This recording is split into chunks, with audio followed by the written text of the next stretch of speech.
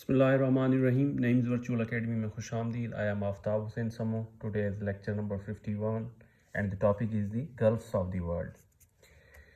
अच्छा, in last lecture we discussed the shipping canals of the world.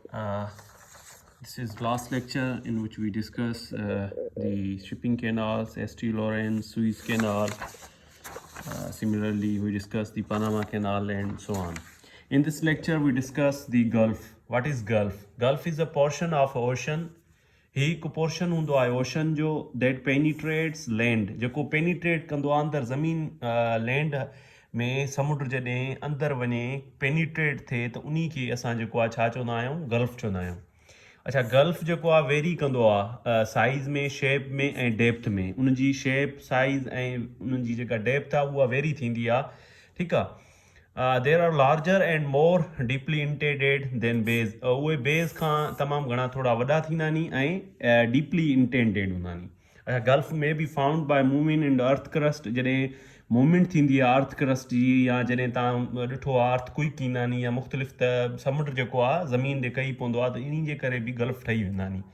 अच्छा, the planets tectonic plates में rift or break apart creating a gulf. तव्हांखे ख़बर आहे, मतिलबु जॾहिं ज़ाहिर सी ॻाल्हि आहे, जॾहिं अर्थ क्विक ईंदो आहे, जेके टेक्नोटिक प्लेट्स आहिनि ज़मीन जे, त उहे जॾहिं मूवमेंट थींदी आहे त उन में ई गल्फ ठही वेंदा नी. ठीकु आहे. अच्छा, the first one, what is the gulf of Mexico. It is a larger gulf in the world. Is an ocean basin and a marginal sea of Atlantic ocean. ही हिकु मार्जिनल सी आहे कंहिंजो, एटलांटिक ओशन जो. Mostly surrounded by North America continent. ठीकु आहे. North America continent में आहे. Location कहिड़ी आहे? North America. ऐं ओशन सोर्स कहिड़ो अथसि? एटलांटिक ओशन ऐं ॿियो कैरेबियन सी. अच्छा, हिनखे जॾहिं असां मैप में ॾिसंदासीं त तव्हांखे ख़बर पवंदी त गल्फ ऑफ मैक्सिको ही आहे. Gulf of Mexico. So gulf of Mexico तव्हां ॾिसंदा त ही जेको आहे, हिन खे तव्हां हीअं ॾिसंदा त हेॾां ही जेके कंट्रीज़ आहिनि, मैक्सिको टच आहे, हेॾां यूनाइटेड स्टेट्स टच आहे, ऐं जेको आहे ही हेॾां ॾिसंदा त एटलांटिक ओशन आहे. सो इन लिहाज़ सां ही जेको आहे लार्जर जेको आहे गल्फ आहे, ऐं ही पेनिट्रेट थो थिए अंदरि हिन US खे बि ऐं मैक्सिको बि, के मतिलबु पाणी जो जेको आहे गुज़र अंदरि आहे. त अहिड़े तरीक़े सां इन जी जेको आहे इहो जेको आहे, इनखे अमेरिकन मेडिटेरियन जेको आहे सी बि इनखे चवंदा नी. छा लोकेशन जेका आहे इन जे नाले सां, हालांकि मेडिटेरियन सी उहो हिते आहे, हीअ आहे. ठीकु आहे न. पर हिनखे अमेरिकन मेडिटेरियन सी लोकेशन में ॾींदा नी. अच्छा, हिन जो ओशन सोर्स कहिड़ो आहे? Atlantic ocean. ॿियो कैरेबियन सी. ठीकु आहे. Caribbean sea. हाणे तव्हां कैरेबियन सी मां तव्हांखे ॾेखारियां त उहो ही अथव कैरेबियन सी. इहो बि हिन जो सोर्स आहे. ॿियो हीअ Atlantic ocean. These two are the sources of this Persian gulf of Mexico, sorry. अच्छा, हिन जी एरिया जेका आहे उहा ही आहे किलोमीटर स्क्वायर में. 1550,000 किलोमीटर स्क्वायर. ऐं ॿियो ही 6 लाइक स्क्वायर किलोमीटर. अच्छा, बेसिन कंट्रीज़ हिन जूं कहिड़ियूं कहिड़ियूं आहिनि? क्यूबा. ठीकु आहे. Mexico, USA. ठीकु आहे. हाणे ही तव्हां ॾिसंदा त हिते ही क्यूबा आहे, ही मैक्सिको आहे, ऐं USA आहे. ही हिन जूं बेसिन कंट्री आहिनि जंहिंसां इहो टच थो थिए पियो. अच्छा, उनखां पोइ आहे gulf of Guiana. It is the second largest gulf in the world. अच्छा, ही ॿिए नंबर ते आहे वर्ल्ड में. जेको आहे ही it is a north eastern part of tropical Atlantic ocean. ऐं ही जेको आहे फ्रॉम केप लेबोस इन गेबून. ऐं ही तव्हां ॾिसंदा हूंदा त ही नाइजेरिया में, अफ्रीका कॉन्टिनेंट में आहे ही. ठीकु आहे न. गल्फ ऑफ गुआइना किथे आहे? अफ्रीका कॉन्टिनेंट में. हिन जो जेको सोर्स आहे उहो नाइजर रिवर आहे. ठीकु आहे. ऐं जेको ओशन्स या सी जो सोर्स उहो एटलांटिक ओशन आहे. हाणे तव्हां जॾहिं वेंदा त के पाण ॾिसंदासीं मैप में त ही नाइजेरिया आहे. ठीकु आहे. त हिते जेको आहे इहो गल्फ मौजूदु आहे, ऐं हिन जो जेको सोर्स आहे उहो ही एटलांटिक ओशन बि आहे, ऐं ॿियो हिते जेको हिन जो रिवर आहे नाइजर, उहो बि आहे. ऐं हिन जी जेका सरफेस एरिया आहे उहा ही आहे. ठीकु आहे. 2350,000 किलोमीटर स्क्वायर या 1900 स्क्वायर माइल्स. ठीकु आहे. ही हिन जो gulf of Guiana. Gulf of third number ते जेको आहे gulf of Alaska. It's an arm of Pacific Ocean defined by the curve of Southern Ocean's coast of Alaska, stretching from Alaska Peninsula island in the west.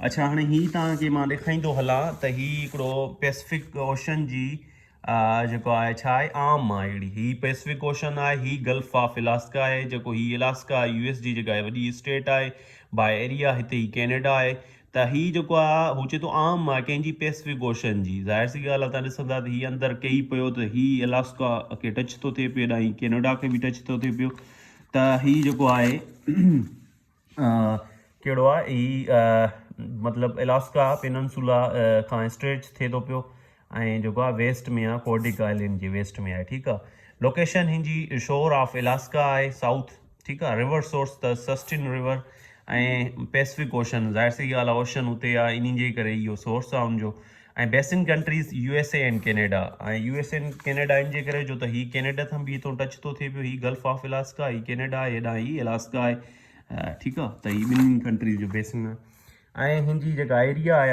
उहा ही आहे surface area 1533,000 kilometre square ऐं 592,000 square miles में gulf of इलास्का अच्छा उनखां पोइ आहे Persian gulf it's also important gulf of the world ऐं GK जा सवाल तक़रीबन ईंदा नी sometimes it's known as Arabian gulf इनखे अरबियन गल्फ बि चवंदा आहियूं The body of water is an extension of Indian Ocean located between Iran and Arabian Peninsula. इहो हिकिड़ो एक्सटेंशन आहे इंडियन ओशन जो ठीकु आहे न पर्शियन गल्फ जेको आहे हाणे पर्शियन गल्फ इन जेको आहे उहो हिकिड़ो छा जो आहे एक्सटेंशन आहे इंडियन ओशन जो हाणे हीअ इंडियन ओशन आहे हीअ तव्हां ॾिसंदा हूंदा त हेॾे हीअ आहे अरबियन सी हेॾां हीअ वेंदा त यमन ओमान हीअ आहे ठीकु आहे न ईरान हेॾे कतर ही त हीअ जेको आहे हिते मौजूदु आहे ऐं बेसिन कंट्रीज़ हिनजूं Iran Iraq Kuwait Saudi Arabia Qatar Bahrain UAE Oman हाणे इहे सभु जेके आहिनि हिनजूं जेके आहिनि बेसिन कंट्रीज़ आहिनि हाणे जॾहिं तव्हां हीअ ॾिसंदा न उहो हीअ आहे ही UAE खां ही कतर सऊदी अरब बहरेन ईरान उहो ही अंदरि ही जेको वञे थो न कई पए थो अंदरि समुंड इनखे पाण छा था चऊं पिया गल्फ हाणे इहो इन जूं बेसिन कंट्रीज़ आहिनि इनजी जेका सरफेस एरिया आहे 25951,000 किलोमीटर स्क्वायर या 97,000 स्क्वायर माइल आहे ऐं एवरेज डेप्थ हिनजी 50 मीटर आहे ऐं मैक्सिमम डेप्थ हिनजी आहे 90 मीटर 300 फुट ऐं वाटर वॉल्यूम इहो त 8,780 किलोमीटर